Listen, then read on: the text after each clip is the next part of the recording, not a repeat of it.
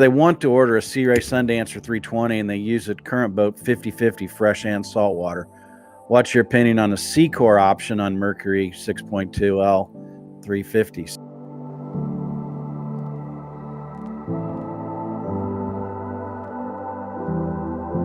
SeaCore definitely a great option. It's a lot beefier. It's made for the saltwater, and just like Jeff was saying, it's just your personal preference on the style of boat, the look of the boat you want. If you want, if you don't really like those outboards hanging on the back, there's the IO option for you.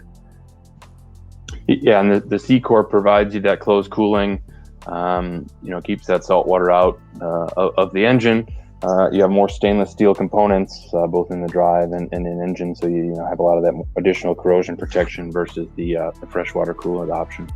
Yep, but still, even I don't care if IO, outboard, whatever, you still want to make sure you flush those engines out, as soon as you get them home. Or if you're running it in the salt water, and you turn around, you take it back to the lake and splash it in the lake, then then you're flushing it out really good.